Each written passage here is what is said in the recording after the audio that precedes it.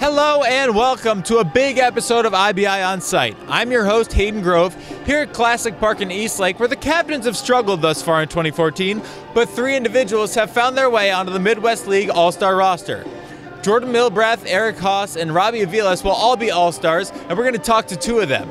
We're also going to talk about the 2014 Major League Baseball draft that just happened this past week, and we're going to talk about some of the newest Indians in addition to the 2013 class and how they're progressing through the system.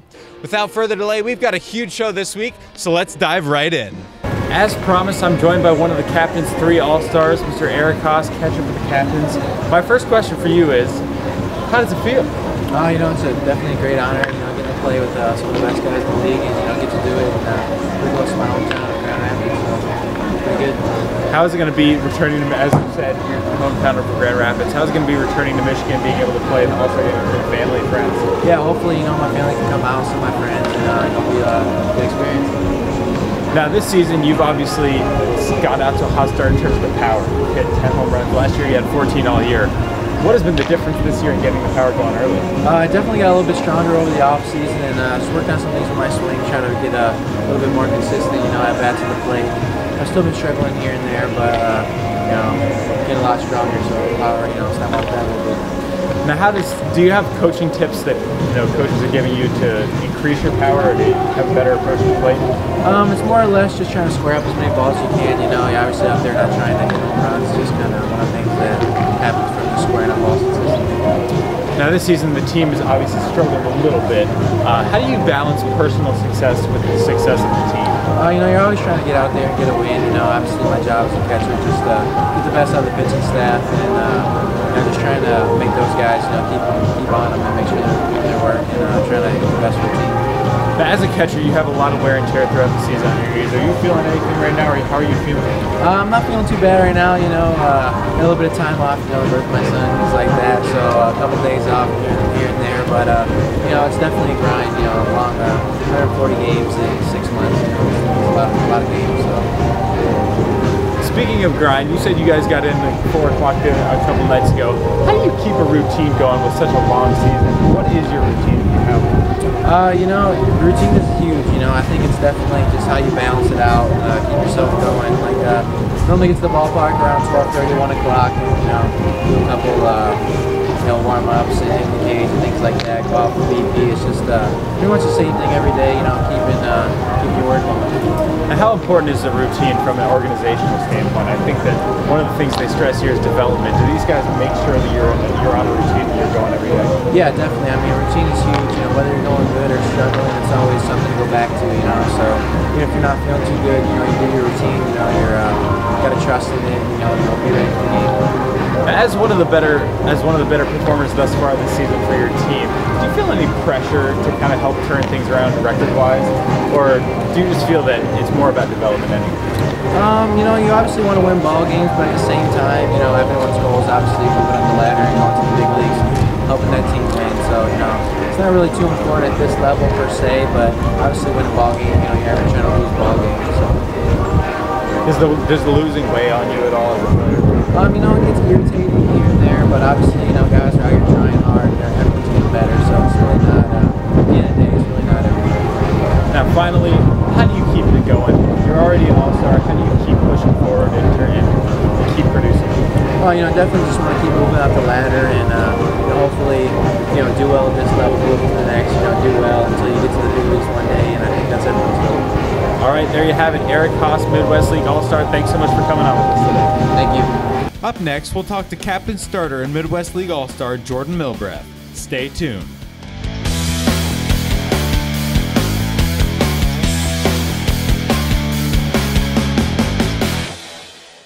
This is Jim Piascik, promoing my new feature on IBI. It's called The War Room, and it's going into the advanced metrics of the minor league team, looking at things like walk rate plus, strikeout rate plus, WAR, all those numbers, but putting it in language you can understand, going the next level in understanding what's going on with the minor league system. You can check it out every Sunday on IBI. All right, I'm now joined by Jordan Milbrath, Midwest League All-Star. How does it feel for me to say that? It's a good feeling. I'm still kind of getting used to it myself. I'm really excited for it, and it'll be a great opportunity for me, and I'm really excited for it. Now, this week is the MLB draft, the 2014 edition. You were part of the 2013 edition. You were drafted later in I think it was the 35th round. Is that correct? Right. Now, how did you go from the 35th round to where you are today as an all-star? I mean, that had to be some kind of a journey. Well, I mean, there's still a long road to be on that I'm on, but yeah, I mean, just trying to get better every day and working hard and keeping a mentality of learning something new every day has really helped me progress. Listening, taking in as much as I can from the great coaches that I have around me, and even the other players, what works for them and stuff. So I'm just trying to get it all in, take it all in, and see what works for me, and then use that, and it's starting to help me out. Now, what were you doing when you were drafted? Do you have a unique story? You came from a small school. What were you doing at that moment? Well, I guess I was playing up in the Northwoods League with, for a team up there, and we were sitting in Chipotle before the game. And, of course, I got a flip phone. I don't even have an iPhone yet. So one of my friends was sitting there on the team with me. He goes, "Hey, you just got drafted." I'm like, "How do you know?" And he's like, "Well, I'm looking at it on my phone right now." So, I mean, that was it. And then they gave me a call, and it kind of went from there. So it was a good memory. Now, from there, you've obviously pitched well. What do you think you've done so well on the mound that has gotten you to this point today? I mean, is there anything specific that you find yourself doing that has allowed you to progress this well? I don't know if I could attribute it to one thing specifically, other than it's a process, and the goal is to be in the major leagues, and sticking to that process of getting better every day, developing every single pitch, and being able to locate it, just comes from repetitions and listening to other coaches. And I mean, when I first got here, I changed a lot of mechanics, which helped me a lot too, and being able to practice without getting frustrated, even though I still do get frustrated from time to time, but just listening to all that and putting it into practice has helped me progress, thus far. Can you talk a little bit about some of those mechanical changes that were made, just kind of specifics? I mean, there's a long list for me, that's for sure. But, just staying behind the ball and getting my hips pointed towards home plate allows me to repeat my delivery easier. Which in repetition, and being able to repeat it is everything, so that I can throw a pitch where I want it to go, when I need it. Now, at this level, they put a lot of emphasis on routine and development. What is your routine when you get to the ballpark every day? It's about the same every day, and that's what it takes to be good, I believe. So I stick to my routine, chat with the guys a little bit, go out, practice, and then get ready for the game, whatever I need to do that day. Every day is a little different for me. So, it's just sticking to that process, and being able to stick to a routine really helped me develop and be able to become more consistent with my approaches to the games. Now, this team has struggled record-wise, but at this level, it's not all about the wins and losses. But does it get frustrating when you're not winning so many games? I mean, we're all geared, to want to win. And I'd be lying if I said I don't want to win. And I know all the other guys on the team are the same way. So, we're out there battling, trying to get better. I get that this is a process, part of the stage. But at the same time, we're trying to put those processes into practice. And we want to see results, try to win a few games and here and there. And, I mean, so far, it hasn't always been there. But I really feel that it's all starting to come together with everybody. And it's not just me sticking to the process, it's all of my other teammates. And we're all starting to see some results. Is that how you're going to get back in the win column, is just, pushing forward through the hard times? I mean, or is it something that needs a complete overhaul? I mean, no. I mean, I believe that, the losses actually make us stronger. If you're winning all the time, you're not really learning. And, I think we've definitely done our fair share of struggling.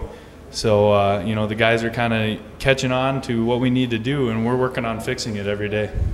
Now, how do you balance your personal successes this season? Obviously, you've had a pretty good year. How do you balance the personal successes against the team's, shortcomings, I guess you could say? That's where I always come back to the process, because we're sticking to a process to win. And if I'm sticking to my process, I trust that my teammate's sticking to his. And when we all stick to each other, what our goals are, and trying to get better every day, it all starts to come together as a team.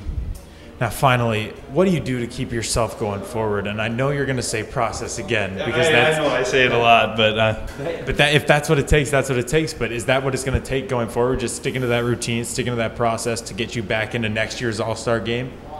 Yeah, definitely. My major thing is try to learn something new every day. So if I'm always trying to fix what I'm doing, you know, or always concentrating on one thing at a time. You know, there's many things I could be working on, but usually it's easier to stick day by day working on one thing at a time. And that's helped me stick to the process, you know, thus far, and, you know, keep moving up the chain. No, I know I said that was finally, but I want to ask you one more question, because you say you like to learn things every day.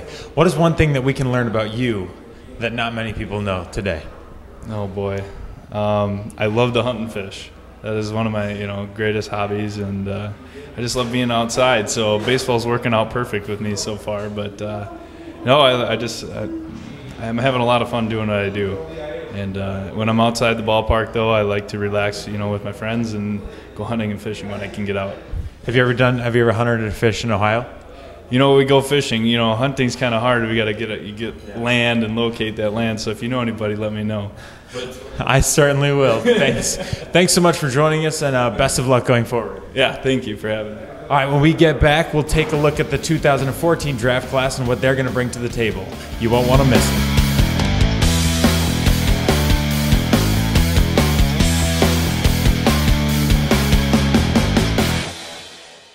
Hi, I'm Tony Lastoria from Indians Baseball Insider. The season has now begun, and the new IBI prospect book is available. Check out the 2014 Indians Baseball Insider book online at indiansbaseballinsider.com, or go to amazon.com, or check out the captains and other Indians minor league affiliates for information on the book.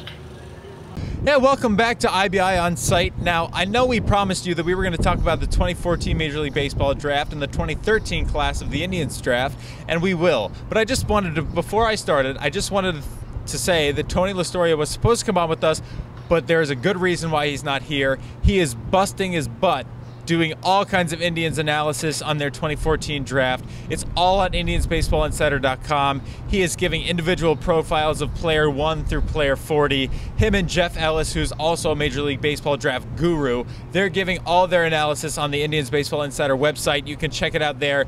IndiansBaseballInsider.com. They're doing fantastic work, and they know a heck of a lot more than I do, but I figured I could fill you in on a little bit of news and a little bit of notes in terms of the 2014 Major League Baseball draft in terms of the Indians. Now, with the 21st pick overall, that was the Indians selection because they made the wild card game last year. With the 21st pick overall, the Indians selected Bradley Zimmer, a center fielder out of the University of San Francisco in California. Kind of a neat nickname over there. They're actually called the Dons. But anyway, Zimmer was a Golden Spikes finalist, which is one of the finalists for the best player in college baseball. This is a guy with a lot of upside, 6'5", 205 pounds. He's projected to be a major league power hitter. We will see. He definitely needs to put on some weight if he wants to get there. But in the meantime, he does have a bit of speed. He stole 21 of his 32 base stealing attempts, I should say, last season. And he's a guy that the Indians definitely want to put a lot of stock in. He's an older guy. We'll see how quickly he makes it through the system.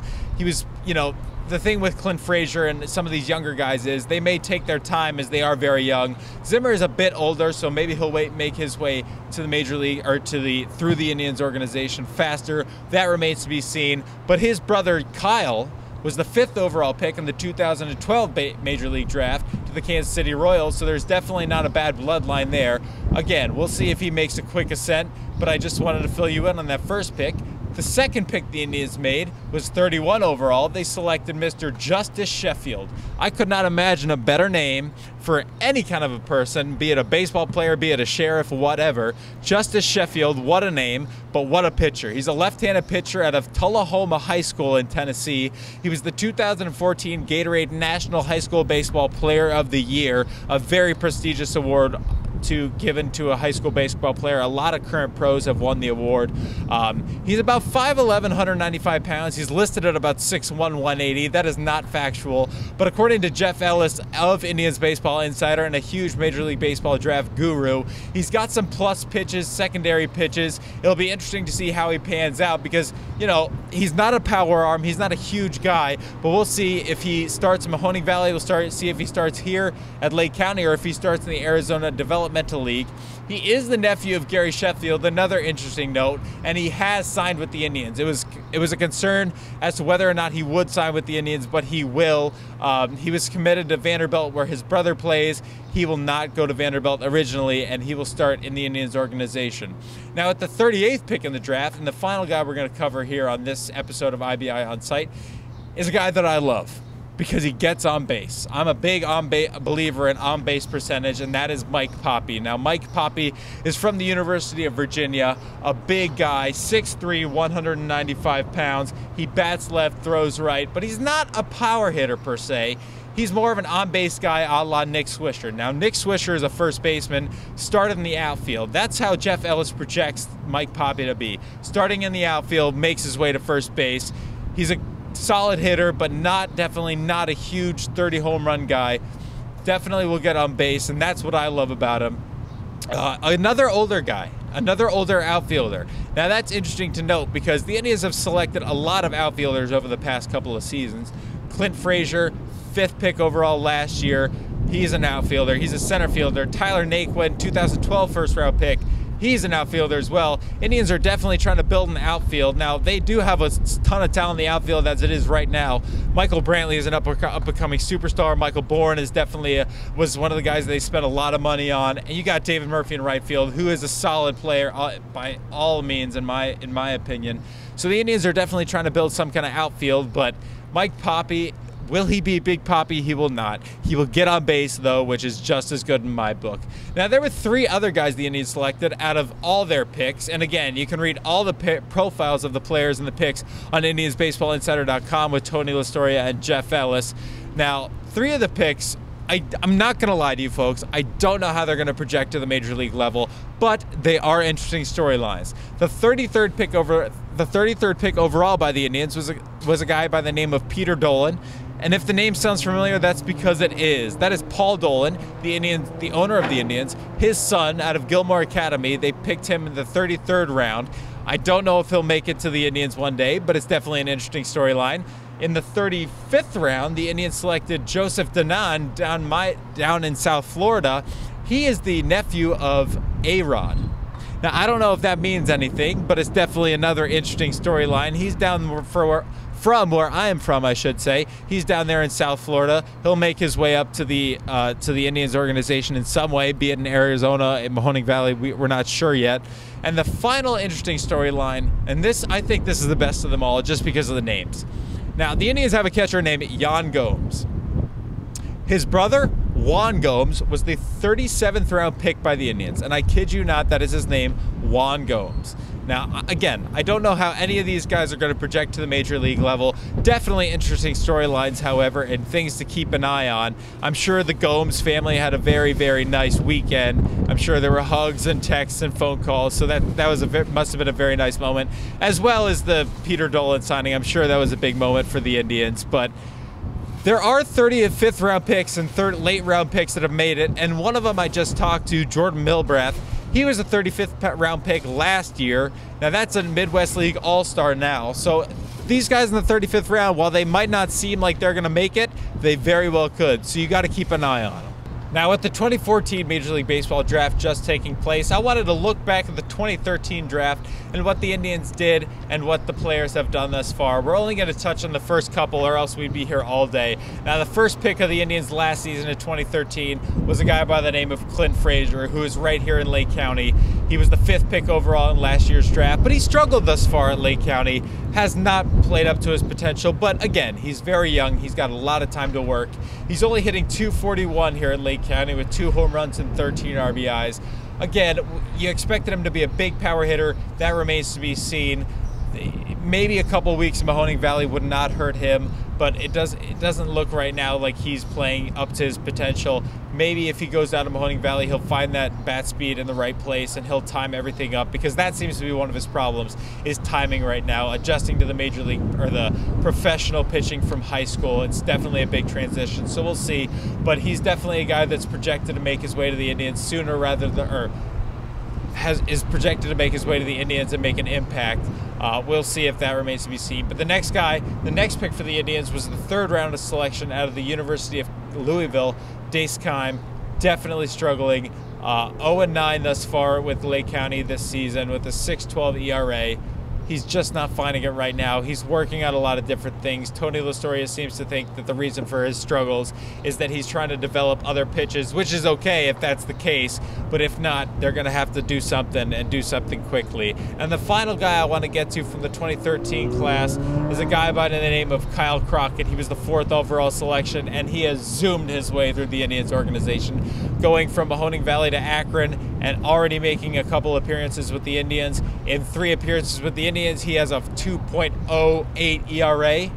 In 42 appearances in the minor league level, from A to AA to AAA, he has a .55 ERA. So the Virginia Cavalier already making a huge, huge splash with the Indians. We'll see if his other Cavalier counterpart, Mr. Mike Poppy, makes as quick a jump from college to the pros. I don't know if that'll happen, but without further ado, that's going to do it for this segment. I'm going to send it back to myself. So Hayden, close out the show. That's going to do it for this episode of IBI On Site, but be ready for another big episode next week as the Mahoning Valley Scrappers start their 2014 season over in Niles. Now we're going to give you the lowdown on everything you need to know about the Scrappers and talk to a bunch of new faces, so we hope you're looking forward to that. Until then, I'm Hayden Grove. We'll catch you next time.